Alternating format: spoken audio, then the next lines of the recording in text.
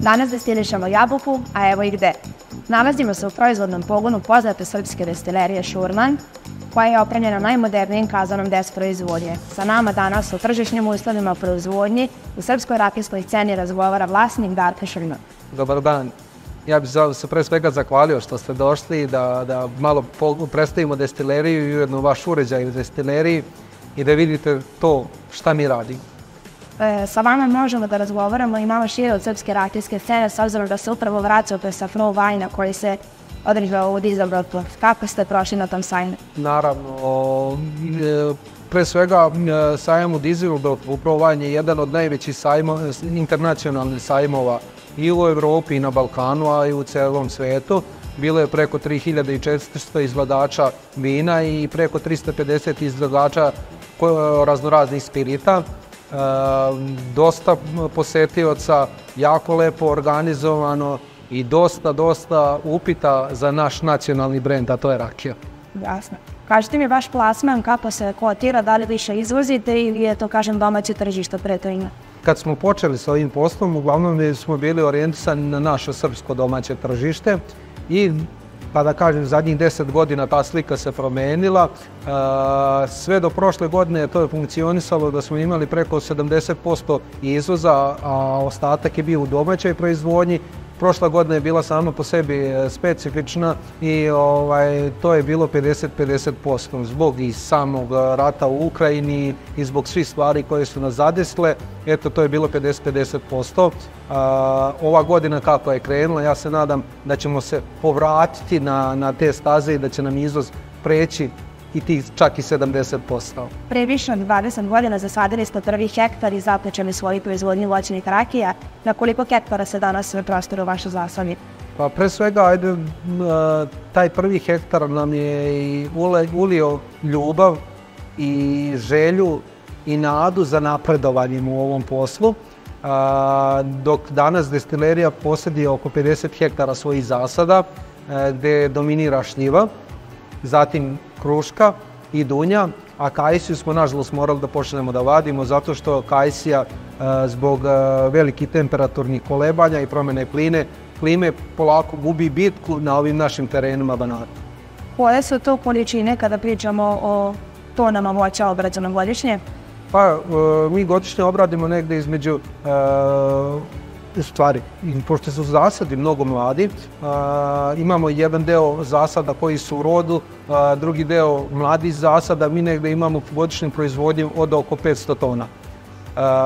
Preradimo preko 1,5 miliona tona godišnje, a ostatak nam dolazi iz kooperative. Znači, svo voće nam dolazi iz kooperativnog sektora i naših saradnika. Koliko je to kada preradimo u rakiju? To kada preradimo u rakije je negde oko 140.000 litara rakije ili ti 200-250.000 boca. Koja vrsta rakije je, da kažem, najprodavaniji vaš proizvod i da li se taj trend tokom godina menjao? Što se tiče rakija, svako vreme nosi neki svoj trend, neki svoj modern ili inovativni trend. U zadnje vreme šljiva, još naročito kad je upisana na UNESCO-vu listu, zauzima svoje prvo mesto. Tu se ističu barik šljive koje odležavaju u specijalnim uslovima u hrastu i onda počinju da ih prate ove druge voćne rakije, dunja, biljemovka, kajsija. Mogu da slobodno napomenem da se i jabuke dosta kod nas u Vojvodini proda, a ne smemo ni da stavimo po strane i likeri destilerije Šurman su našli izuzetno lepo mesto na tržištu Srbije i oni isto uporedo sa ovim rakijama vrate neki svoj trend uzlazne prodaje. Jasno. Na tržištu se ističete po novom vizualnom identitetu boce. Koliko napora je uloženo u suštini u ovu bocu? To je boca zaštićena u Zavodu za intelektualnu svojinu i zaštićena je u svim zemljama u koje mi izvozimo. Trebalo nam je 3 godine da je osmislimo, da je zaštitimo i da ona iz Kine dođe ovde kod nas. Jasno, možete objasniti elemente? Ona sadrži sve elemente onoga u suštini šta smo mi, a to je tipski izgled naših kazana koji su pre u destileriji postojali i postoje i sada, predstavlja odležavanje u hrastovom buretu, ima prepoznatljiv potpis Bratovi moj i naravno samo ime destilerije. Jasno. Plasirate znači različite destilate, ali postoji razlika i u kvalitetu destilata, pretpostavljamo, koji su pakovani u premium boce i one koji su pakovane kao za komercijalnu upotrebu. Naravno.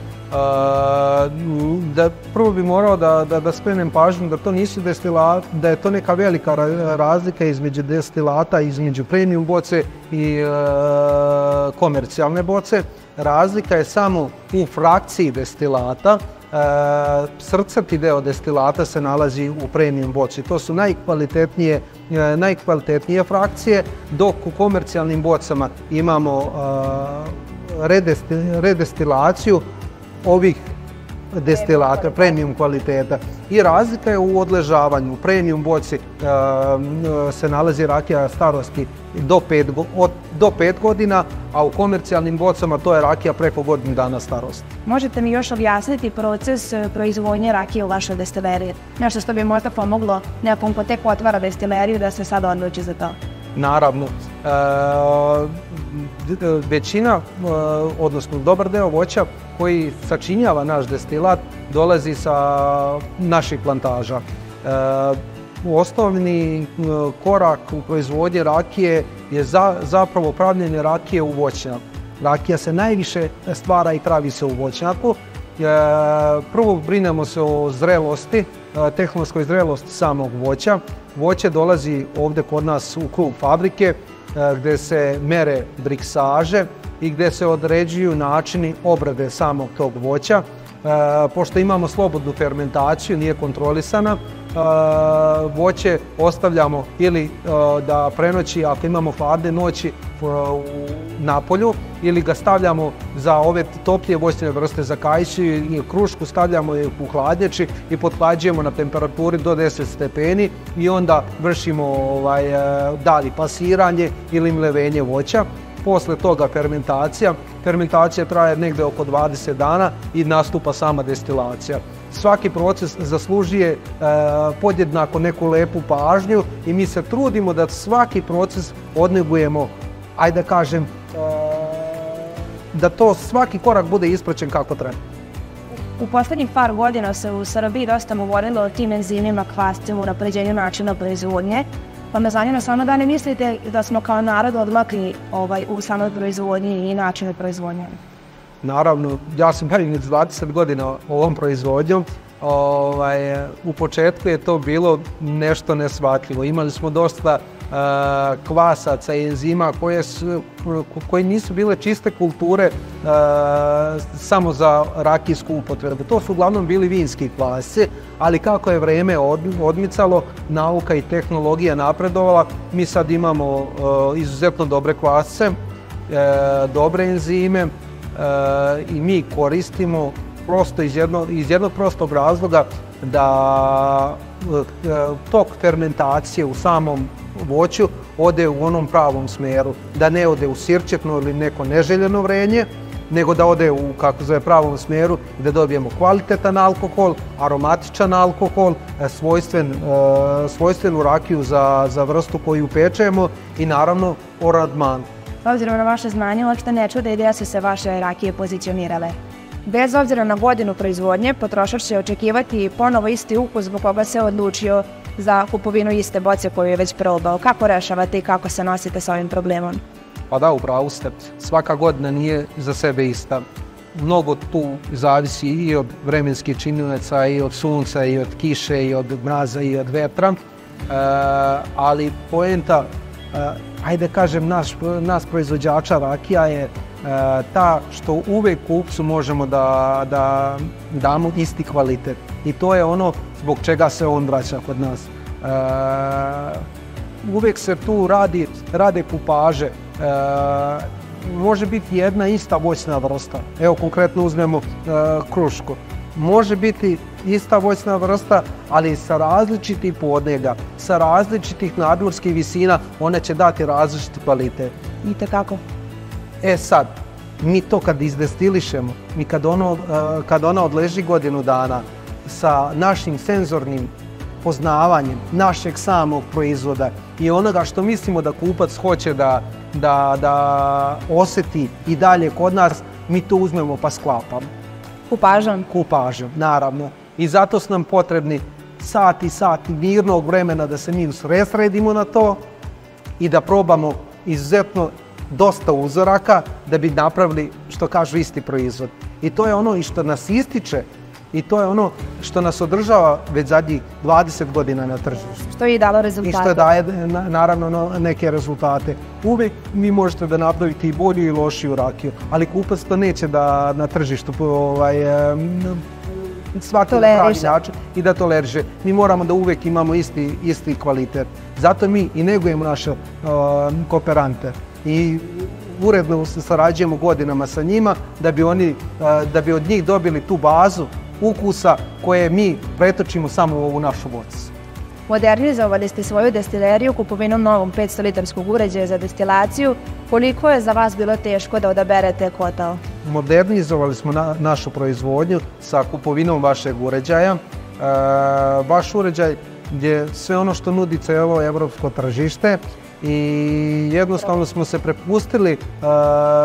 prepustili smo se tome da spojimo vaše i naše znanje i da to pretočimo u našu bocu. Jasno. Mnogi ljudi, recimo, baš upravo kod ovog uređaja ne znaju da korištenjem 3V ventila možemo usmeriti put para i da isti ovaj kotao može da se koristi i na tradicionalan način. Me zanima sada kada ste testirali sve opcije, koji vam je omiljeni, da kažem, da li je to Aroma Max kolona, kolona sa zvonastim podovima ili možda i dalje tradicionalna destilacija? Kao u samom stvaranju ove boce, tako smo konstruisali kazaj, a to je da ovo bude prepoznatljivo, vidljivo i u narednih 50 godina. Odlučili smo se za kupovinu kompletnog segmenta iz vaše proizvodnje, gdje imamo Bubble Play kolonu, Aroma Max kolonu, Jane Basket, znači kompletno sve opcije možemo da radimo destilate. Fantastično, je li planirate slučajno možda neki novi proizvod da izdate na tržište? A što se tiče novog proizvoda, mi smo i dalje ostali u ovom, ajde kažem, starom duhu naše tradicionalne proizvodnje. Što se tiče proizvoda, destilerija Šurlan neće sem rakija ništa raditi drugo. Mi već, naša distributerska firma se bavi uvozom raznih džinova, tekila, votkih, ali generalno ovdje gdje jesmo, ovo će biti samo tradicionalna proizvodnja i predstavljat će Srbiju na pravi način, zapravo ono što mi jesmo. Nastavljamo ono u čemu smo dobri. Tako je. Jasno. Spomenuli ste različite zemlje u koje izvozite vaše destilate, pa me zanima kako ste se odlučili baš za ove kolone? Pa, dugo smo razmišljali šta je to što će biti i moderno i aktualno u narednom periodu proizvodnje i poslovanja sa voćnim destilatima i voćnim rakijama. Odlučili smo se pre svega za Aroma Max kolonu, zato što ona daje naše izvorne ukuse, naše izvorne arome i daje mnogo čistiji alkohol, ali nismo mogli da i ne poručimo kolonu Bubble Play, zato što je ona specifična, mnogo utiče na kvalitet samih alkohola i odabrana kineska i američka tržišta traže destilate sa mnogo kvalitetnijim, čistijim alkoholom, gdje metil alkohol mora da bude, što kažu, minimiziran, da, i to je bila naša odluka. Od pre godinu dana destilerija je počela da i svoje proizvode plasira stidljivo na kinesko i na američko tržište i upravo bez Bubble Play kolone nismo mogli to da uradimo. A naravno, Aroma Max ostavljamo za naša tržišta i za tržišta drugih zemalja gdje izvozimo. To su zemlje u našem okruženju, ima tu i evropskih zemalja i naši zakoni se tu slažu i bit će to sasvim pravi pogodak. Mi smo zaista ponosni što ste izabrali naš kotao. Da li je za vas bio težak prelazak sa tradicionalnog kotla na ovaj modernizovani? Mi smo morali jednostavno da pratimo trend poslovanja i trend proizvodnje, kako naše, tako svetske. Destilerija Šurlan je do sada radila na običnim našim kotlovima, da kažem, tradicionalnog tipa, i dalje radi na tradicionalan način proizvodnje i destilati dobijeni na tradicionalnom načinu proizvodnje, kad još tu dodamo i dobro fermentisanu kominu, sačinjavaju 1% našeg destilata u boci i to je ono zbog čega se kupci vraćaju opet po naše destilate, jer dobijaju nešto izvorno u tom nekom genetskom kodu gdje se uvijek podsjete i na svoju porodicu kad se to nekad proizvodilo i peklo. A sa konkretno Bubble Play kolonom, odnosno Aroma Max kolonom smo dobili identičan kvalitet, ali smo dobili mnogo čistije alkohole i dobili smo skraćenje u vremenskoj proizvodnji samog destilata.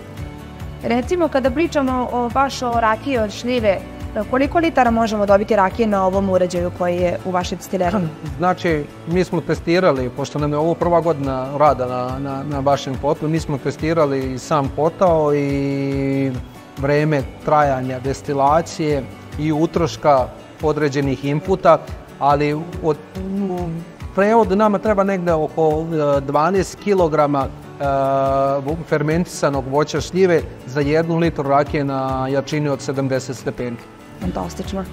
Kažite mi, koliko je teško opstati na tržištu s obzirom na veliki broj novootvorenih destilerija i oni koji rade u sivoj zoni, da kažem? Znate šta, to možemo da posmatramo iz dva ugla. Jedan ugao je da je zdravo da imamo konkurenciju i da se uvijek borimo sa pravim stvarima protiv konkurencije, a s druge strane dosta je bitno i koliko smo prisutni na tržištu. Svakako. Jer to, ako mi ispravno radimo i trudimo se da proizvodimo i da damo isti kvalitet kupcu svake godine, nije problem, kupci te prepoznaju i ti uvijek si gore u vrhu. Svakako. A gde u Srbiji možemo pronaći vaše destilate? Gde možemo da ih kupimo i probamo?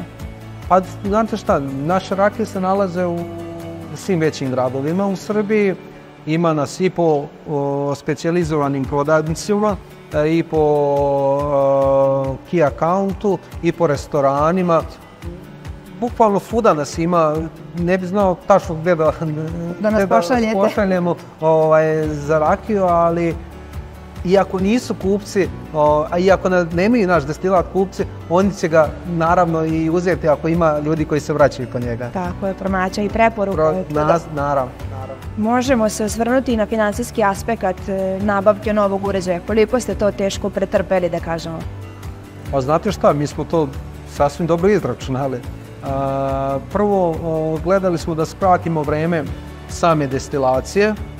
Onda gledali smo, moramo se osvrnuti na radnu snagu, veća je ušteda radne snage, onda i samo gorivo, potrošnja plina. S druge strane,